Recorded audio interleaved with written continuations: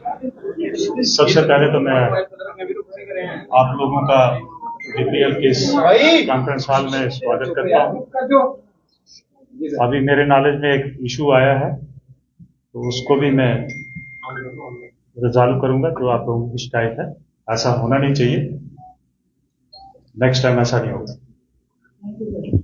और उसके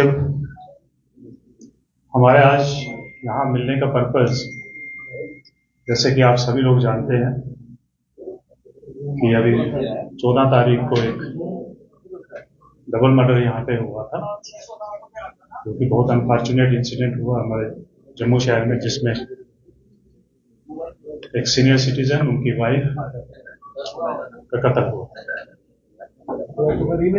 तो जैसे ही हमें ये इंफॉर्मेशन मिली थ्रू पीसीआर, तो हमारी चौकी अफसर, हमारा एसएचओ, एसडीपीओ साहब, हमारे एसपी रूरल फौरन से मौका पे पहुंचे, मौका मुलायजा किया और इमीडिएटली जो है टीमें कॉन्स्टिट्यूट की गई इस वारदात को वर्कआउट करने के लिए, जिसमें सबसे पहले तो हमारी एफएसएल की टीम जो है उसको मंगवाया गया, स्निफर डॉग को मंगवाया गया, क्राइम फोटोग्राफर को मंगवाया गया। वो सारी फॉर्मेलिटीज करने के बाद डेड बॉडीज को जो है हॉस्पिटल में शिफ्ट किया गया फॉर पोस्टमार्टम। उसके साथ साथ हमारी अलग अलग टीमें और भी कॉन्स्टिट्यूट हुई कि जैसे टेक्निकल एस्पेक्ट्स को देखने के लिए, जिसमें टेलीफोन का मुलायजा करना, सीडीआर का मुलायजा करना, आसपास के जो सीसीटीवी लगे हुए हैं घरों में उनका मुलायजा करना, लोगों से पूछताछ करना, कुछ लोगों को शक के बिना पे बुला के उनसे पूछताछ करना। इस सारे एपिसोड में परिवार से, मोहल्ले के लोगों से और जिन जिन लोगों से हमने पूछताछ की, सबने हमारा पूरा साथ दिया। इन सब इनपुट्स के बेस पे हम लोग इस नतीजा पे पहुंचे कि ये वारदात किसने की। हमारे पास सबसे पहला सवाल ये था कि अब इसको कैसे हम नोट आउट किया जाए, क्योंकि ये आदमी जो है वारदात करने के बाद जो है यहां से फरार हो चुका। और सबसे बड़ी दिक्कत की बात ये थी कि ये अपना मोबाइल भी फेंक चुका था, या 3 दिन पहले ही किसी को बेच दिया था।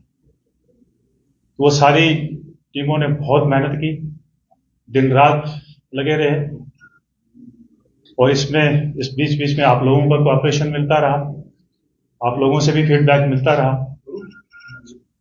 ये सब करने के बाद कल हमारी टीम जो है उसको अरेस्ट करने के में कामयाब हुई, जिसका नाम दीपक सिंह है, अलियास सोनू, तालाब तिल्लो का ही रहने वाला है। इसमें जो मोटी मोटी चीजें हैं वो हमें अभी तक ये पता चली है कि ये आदमी जो है इनका जानकार था, इनके घर में काम करता था, छोटे मोटे काम, जो कभी बाजार से कुछ मंगवाना, जो संजय चंदेल जी हैं उनकी सेहत ठीक नहीं रहती थी, उनकी मदद करना। तो 7-8 साल से इनके कांटेक्ट में था, विश्वास पात्र था, आना जाना फ्री था घर में। और इस आदमी ने ही इस वारदात को अंजाम दिया। इन्वेस्टिगेशन में और भी पता चला कि इसके पीछे वजूहात क्या हो सकती है। तो अभी तक जो हमारी इन्वेस्टिगेशन हुई है वो यही लगता है कि इस आदमी को पैसे की जरूरत थी, जो कि ये बार बार मांगता था। तो बार बार मांगने से जो परिवार है वो इरिटेट था। मैं भी कहीं थोड़ी बहुत कहा सुनी हुई होगी। उसी को लेके अभी तक जो हमारी इन्वेस्टिगेशन है उसको लेके इसने इस वारदात को अंजाम दिया। इसकी बैकग्राउंड में जब हम लोग गए हैं, इसके परिवार से हमने पूछताछ की है। उस पूछताछ में ये मालूम हुआ कि ये 3 तारीख से अपने घर से चला गया था और 9 तारीख को आके इसकी वाइफ ने हमारे चौकी कोनीचक में इसकी गुमशुदगी रिपोर्ट करवाई और ये भी बताया कि ये बंदा जो है फोन भी स्विच ऑफ करके हमारे साथ कोई कांटेक्ट में नहीं है। फिर ये अचानक 12 तारीख रात को आता है और अपनी वाइफ से झगड़ा करता है और 5,000 लेके फिर से घर से फरार हो जाता है। तो हमें अभी तक ये इन सारी चीजों से और अपनी इन्वेस्टिगेशन में ये पता चला है कि कहीं ना कहीं इसके पीछे का जो रीजन है अभी तक वो यही है कि इसको पैसे की जरूरत थी, जिसको पाने के लिए इस हद तक चला गया। अब इन्वेस्टिगेशन जो है वो जारी है। ये सारा जो इन्वेस्टिगेशन है हमारी एसपी रूरल की टीम जो है और एसपी रूरल की जेर क़यादत किया है, जिसमें एसडीपीओ, एसएचओ कंसर्न और आईसीपीपी पोनीचक और इसके अलावा और भी बड़े सारे ऑफिसर जो हमने जुरिडिक्शन को नजरअंदाज करते हुए उनको भी बुलाया था, इन सब ने मिलकर इस केस को जो है वर्कआउट किया है। अब इसके अलावा अगर आपका कोई क्वेश्चन है। मर्डर में यूज किया गया था, किस राग से मर्डर किया गया? देखिए, वो जो वहाँ एक रस्सी अवेलेबल थी उसी से इसने स्ट्रैंगुलेशन। सर, दीपक सिंह के ऊपर और भी कोई पहले ऐसे कोई केसेस हैं या किसी केसेस में मुलविस है कोई इसकी बैकग्राउंड? जी नहीं, इसकी बैकग्राउंड में इसका कोई भी क्रिमिनल रिकॉर्ड नहीं। सर, जैसे कह रहे हैं कि आप उसका आना जाना घर में फ्री था, तो वो चोरी भी कर सकता था, आपको पैसे मांग नहीं मिल रहे थे, तो उसने मर्डर क्यों किया? देखिए, ये जो है ये अभी हमारा भी यही क्वेश्चन है, इसके ऊपर हम लोग जो है इन्वेस्टिगेशन कर रहे हैं। सर, ये अकेला है या कोई और भी होने की शंका हो सकती है इसके साथ होने की? अभी तक जो इन्वेस्टिगेशन हमारे सामने आई है और सीसीटीवी फुटेजेस से घर से चोरी करके गया था। एक सीसीटीवी फुटेज जो आई है, तो अभी तक यही लगता है कि ये अकेला ही है। घर से सामान क्या क्या चुराया और रिकवरी कितनी हुई? देखिए, सामान के बारे में हम कुछ बता नहीं सकते हैं, क्योंकि सामान क्या था घर में, क्या गुम हुआ है, वो दोनों बता सकते थे जिनकी दोनों की डेथ हो चुकी है।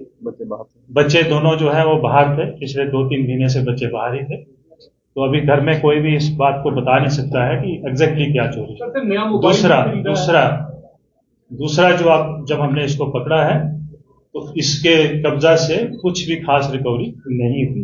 नया मोबाइल भी बताया जा रहा है खरीदा, तो वो क्या मोटिव था इसका मोबाइल? देखिए, इसके बारे में अभी इन्वेस्टिगेशन चल रही है हमारी, इसमें अभी हम इतनी जल्दी कुछ भी नहीं कह सकते। सर, परिवार ने जो बताया है, तो क्या लगता है आपको कि परिवार ने सही बताया? हो सकता है जिस तरह से आपने कहा कि मिसिंग रिपोर्ट करवाई गई थी, कि जानबूझ के एक साजिश रची गई हो, या परिवार को इसके बारे में जानकारी हो? देखिए, इन पहलू के ऊपर हम लोग इन्वेस्टिगेशन कर रहे हैं। तो जम्मू पुलिस के उसमें ऐसा डाटा है कि सीनियर सिटीजन कितने अकेले रह रहे हैं, आपकी ई कॉप भी है, कितना अवेयरनेस करते हैं आप ई कॉप को यूज करने के लिए डिस्ट्रेस में आपके सीनियर सिटीजन के लिए? देखिए, ये चीजें जो है अभी हम जो मेन मुद्दा उसी के ऊपर बात करूंगा, लेकिन मैं आपके माध्यम से सभी जम्मू वासियों से रिक्वेस्ट करना चाहता हूं कि जब भी आप अपने घर में किसी हेल्पर को, किसी आया को या किसी भी बाहर के आदमी को अपनी हेल्प के लिए रखते हैं, तो हम ये बार बार, ये मैं आज की बात नहीं कह रहा हूँ कि मैं बता रहा हूँ, लेकिन ये पुलिस लगातार ये बताती है, ये लोगों से रिक्वेस्ट करती है कि आप उनका वेरिफिकेशन, उनका रजिस्ट्रेशन जो है वो थाना में करवाइए। उससे 2 चीजें होंगी, एक तो वो आदमी जो है डरा रहेगा, और दूसरा जो है जब कभी कोई वारदात होगी तो उसमें पुलिस को उसको ट्रेस करने में आसान। 72 घंटे में पुलिस ने इस मर्डर मिस्ट्री को सॉल्व किया, तो कितना चैलेंजिंग था? आपने जैसे कहा कि फोन भी फेंक चुका था, कोई लीड नहीं थी, कितना चैलेंजिंग था? देखिए, ये बहुत चैलेंजिंग था। जैसे मैंने शुरू में ही कहा कि हमारे पास जो है टेक्निकल लीड मिलती है, हम उसके आधार पे काम करते हैं, लेकिन इसमें हमने जब सारी इसके टेक्निकल एस्पेक्ट देखे इंटरनेट पे, तो वो सब के सब मिसिंग थे, उससे हमें कोई लीड नहीं मिली। सर, ये भी कहा जा रहा है कि गैस को ऑन रखी गई। देखिए, अभी तक तो ये सामने नहीं आया। सर, इसमें सीसीटीवी कैमरास की कितनी मदद मिली और भविष्य में किस तरह से लोग जो है वो और भी इसे इंस्टॉल करें ताकि इस तरह की गतिविधियां जो रोकी जी, ये बहुत अच्छा क्वेश्चन आपने किया, जो कि हमारी सुरक्षा व्यवस्था के साथ जुड़ा हुआ है। मैं आपके माध्यम से सभी जम्मू वासियों से रिक्वेस्ट करता हूँ कि अपने घर के अंदर तो लगवाइए, लेकिन घर के बाहर सड़क को भी कवर करे, आपके गेट को कवर करे, आपके पूरे घर को कवर करे, उसमें सबको लगाना चाहिए। इसमें ज्यादा खर्चा भी नहीं आता है। दूसरा, मैं आपको ये बता दूं कि हमें सीसीटीवी फुटेजेस से ही ये को क्रैक करने में बहुत ज़्यादा मदद मिली है, जिसमें हमारी मदद जो है जीएमसी की जो कंट्रोल रूम है जहाँ पे सीसीटीवी फुटेजेस आते हैं, उन्होंने हमारा बहुत इसमें सहयोग किया है। तो सीसीटीवी कैमरा को लेकर पुलिस हर बार अवेयरनेस करती है। आज से पिछले 3 सालों से पुलिस कह रही है कि सीसीटीवी कैमरा जो है इंस्टॉल करना चाहिए। क्या लगता है पुलिस को भी एक अवेयरनेस ड्राइव चलानी चाहिए, लोगों को अवेयर करना चाहिए ताकि लोग सीसीटीवी फुटेज कैमरा जो है इंस्टॉल करें? देखिए, ये अवेयरनेस का ही नतीजा है कि इस वक्त आप मेजॉरिटी ऑफ द एरिया में जो है वो सीसीटीवी लोगों ने लगाए हों, चाहे अपनी दुकान पे लगाए हों, चाहे अपने घर पे लगाए हों, चाहे अपने बिजनेस सेंटर पे लगाए हों। और दूसरा मैं आपको ये बता दूं कि पहले जो सीसीटीवी लगाए जाते थे वो जनरली अपने घर के अंदर लगाए जाते थे, तो हमारी रिक्वेस्ट के ऊपर बहुत सारे लोगों ने जो है वो घर के बाहर लगाए हैं, जिससे सड़क जो है वो कवर होती है। जी, पुलिस ने बार बार आम जनता को ये भी कहा कि अगर कोई भी टेनेंट रखते हैं तो उसकी जानकारी पुलिस ने या चौकी में, तो क्या लगता है कोई घर में काम करने के लिए किसी को रखते हैं हेल्पर के तौर पर, उनकी जानकारी भी पुलिस को होनी चाहिए? देखिए, ये तो हम लोग इसमें पर्चे भी लगाते हैं कि जिन लोगों ने टेनेंट अपने घर में रखे हैं, तो उसमें हम FIR भी लगाते हैं जिन लोगों ने रिपोर्ट नहीं किया। तो हम तो ये बार बार कहते हैं कि अपनी सुरक्षा और सेफ्टी के लिए हर किसी को अपना ध्यान रखना बड़ा जरूरी है। उस सेफ्टी में ये चीजें भी आती हैं कि आप किसी को घर में रख रहे हैं, उसका प्रॉपर वेरिफिकेशन होना चाहिए। सर, ये ऑटो चालक ही था जिस तरह की बातें की, प्रॉपर उनके जी जी ऑटो चालक। जी, सर बीट में क्या प्रोविजन रहता है, एलपीजी सिलेंडर कितने लेके चले रहते हैं? देखिए वो है, हमारे पास डेटा है। बिल्कुल सर, अवेयर भी करना चाहिए कि आगे मिलना भी चाहिए। डिस्ट्रेस में आप कैसे? देखिए, हमारे लोग जो हैं इस चीज के मतलब जो है बीच बीच में ये चीजें करते रहते हैं, लेकिन अब क्योंकि ये बहुत बड़ा शहर है, हर किसी के घर में जाना, अगर हम पुलिस किसी के घर में जाती तो कई बार तो नाराज भी हो जाते लोग। जी, थैंक यू सो मच।